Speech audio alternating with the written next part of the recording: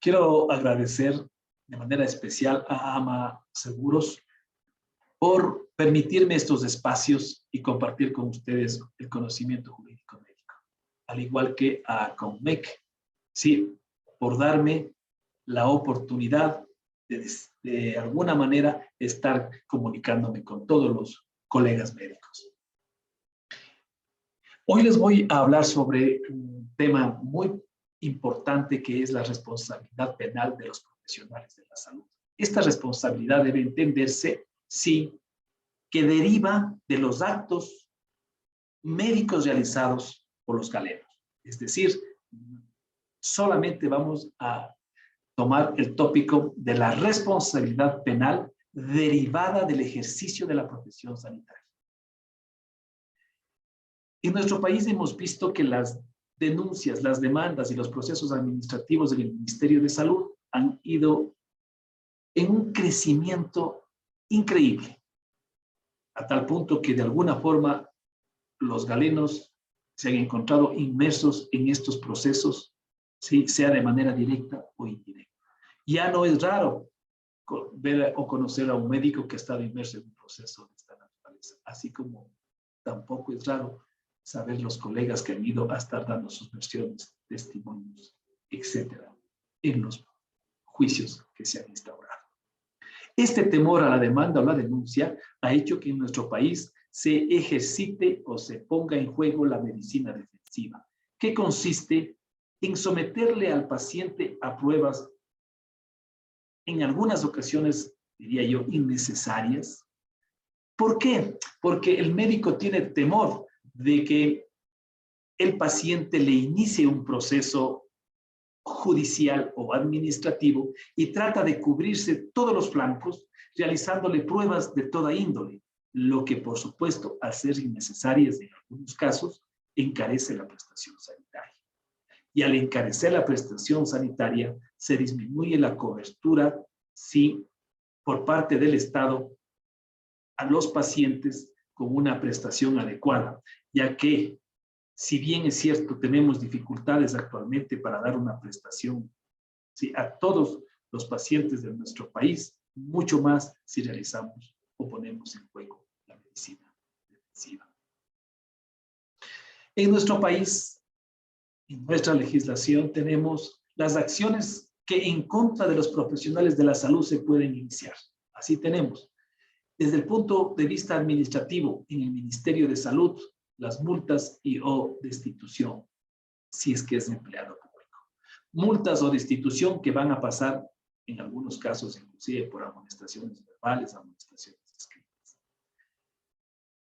En cambio, que cuando se inicia directamente una causa civil, tenemos una demanda que va a reclamar indemnizaciones, daño emergente, lucro cesante y daño moral, entendiéndose que daño emergente es lo que el paciente gastó para recuperar su estado anterior de salud o, en su defecto, lo que la familia gastó para enterrar al paciente. Y lucro cesante, en cambio, es lo que dejó de ganar durante el tiempo que permaneció enfermo hasta recuperarse, o lo que dejó de ganar o lo que hubiese ganado el paciente que falleció. Y daño moral es todo ese daño intangible que dice la familia del deudo o del paciente que ha sufrido algún daño, sufrir como consecuencia de ese acto médico y que ve afectada esa parte emocional. Luego tenemos que también les pueden seguir un proceso penal a través de una denuncia. Proceso penal que busca en definitiva una pena privativa de libertad del profesional de la salud y una reparación integral a todo lo que cree que ha perdido durante la enfermedad o la muerte del paciente. Miren, esta diapositiva que ustedes tienen aquí en este momento son los tipos penales por los cuales el médico puede ser procesado. Cuando digo tipos penales, es decir, todos los artículos que están describiendo la conducta por el cual el médico puede ser procesado cuando está realizando la atención médica, sea de emergencia o sea programada o sea en su consulta, etc. Es decir, aquí hemos hecho un extracto de lo que posiblemente desde el punto de vista penal puede enfrentar un profesional de la salud. Miren, el artículo 95 habla sobre extracción y tratamiento ilegal de órganos y tejidos. El artículo 98, trasplantes sin autorización. El 140 de asesinato. El 146, homicidio culposo por mala práctica profesional. El artículo 147, 148, 149, sí establece lo que es el aborto penado. No se olviden que ahora en el país también existe el aborto que no es penado, que no es perseguido por el Estado y que hablaremos en un momento posterior abordando el tema directamente y solo este tema.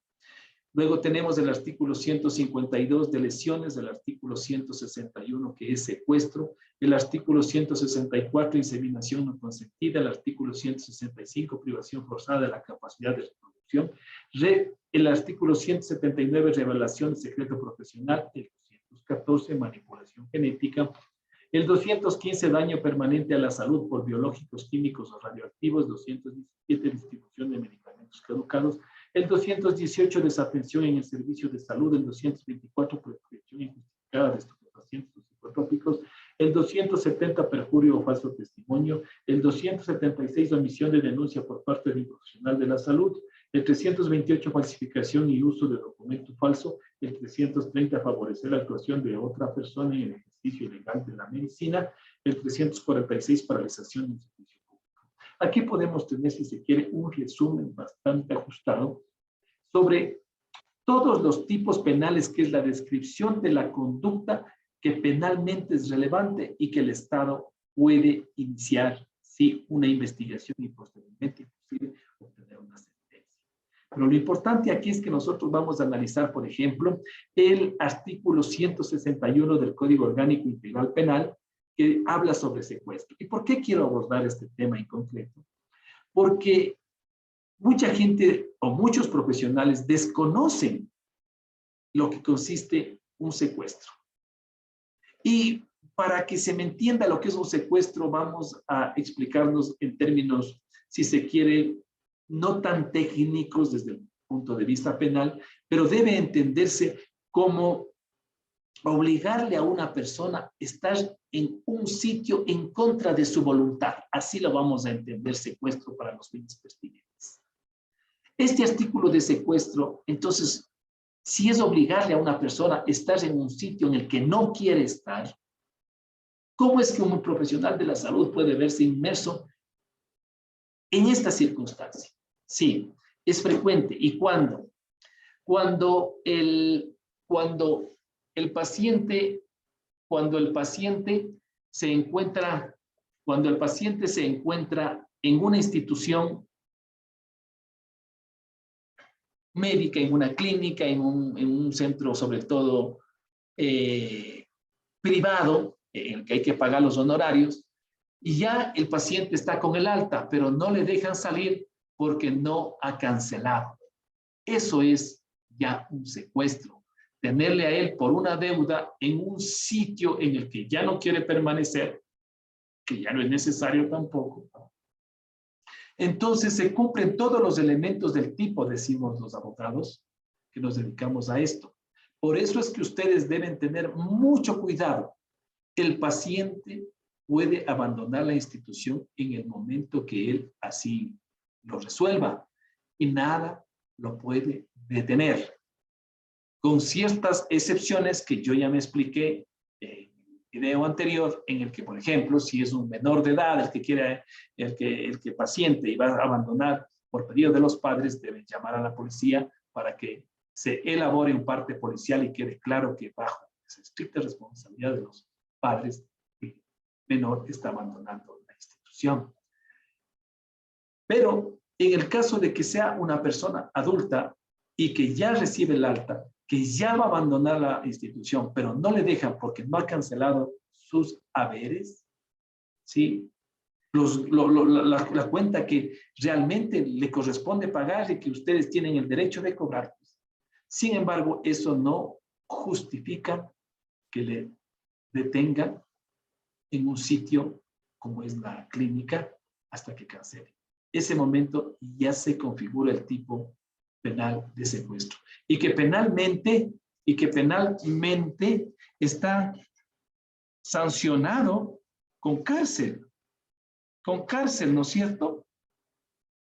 Y que puede inclusive llegar a varios años de sanción. Por eso es que ustedes deben y tienen que tener presente este asunto para no caer en este tipo de delito. Tienen ustedes que buscar la manera, antes de que el paciente ingrese, de asegurarse el pago y no obligarle a quedarse posteriormente al que recibió el alta. Y quiero leerles lo que textualmente dice el artículo 161. La persona que prive de la libertad, retenga, oculte, arrebate o traslade a lugar distinto a una o más personas en contra de su voluntad será sancionada con pena privativa de libertad de 5 a 7 años. Miren, la sanción es enorme. Por lo tanto, ruego que lo tengan presente. Vamos a continuar nosotros esta charla indicando cómo protegernos, por ejemplo, de estos riesgos que estamos sujetos. Una de las maneras de protegernos es elaborar una historia clínica redactada en términos precisos, comprensibles y completos. Así lo establece la Ley Orgánica de Salud, en su artículo 7, literal H. Precisos, comprensibles y completos todos los términos que se están usando en la historia. Eso hará que si se abre un expediente judicial, tenemos todos los elementos necesarios para demostrar que la atención fue adecuada.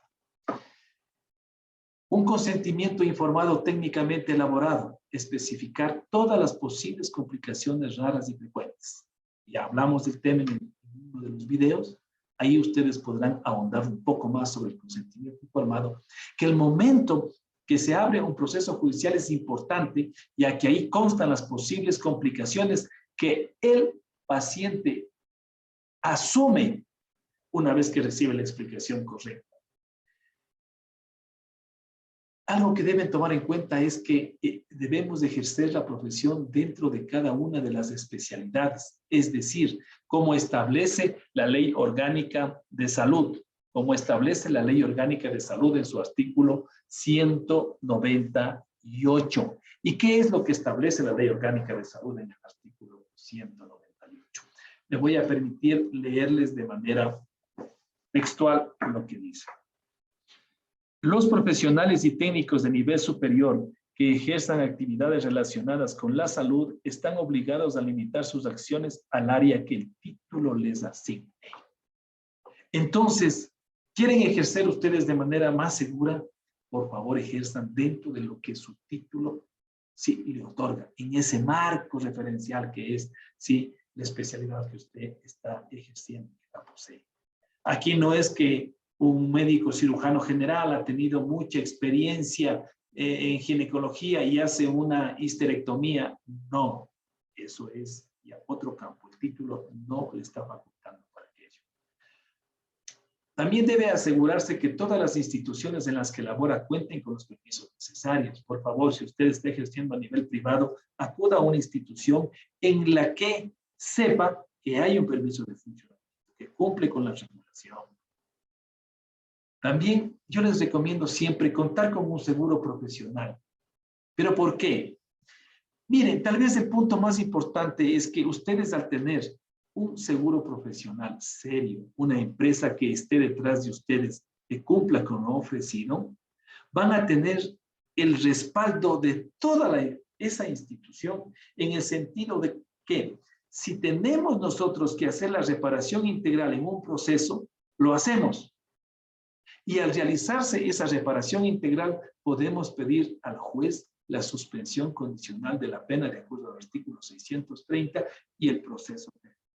Ya no tiene que el médico ir a la cárcel, ya no tiene que el médico estar con el riesgo de que puede ser cualquier momento capturado, sino que al pedir la suspensión de la pena se deja en suspenso todas las sanciones posibles y ya que se ha reparado al paciente o sus deudos, dependiendo del caso, si lesiones o muerte, sí, Y el médico, al ser un sujeto que no necesita ir a la cárcel por sus antecedentes, por su formación, inclusive porque el país necesita de las especialidades médicas, nosotros entonces estamos protegiendo de esa forma a los profesionales de la salud, pagando esa reparación integral y dejando ya sin efecto las sanciones que le ha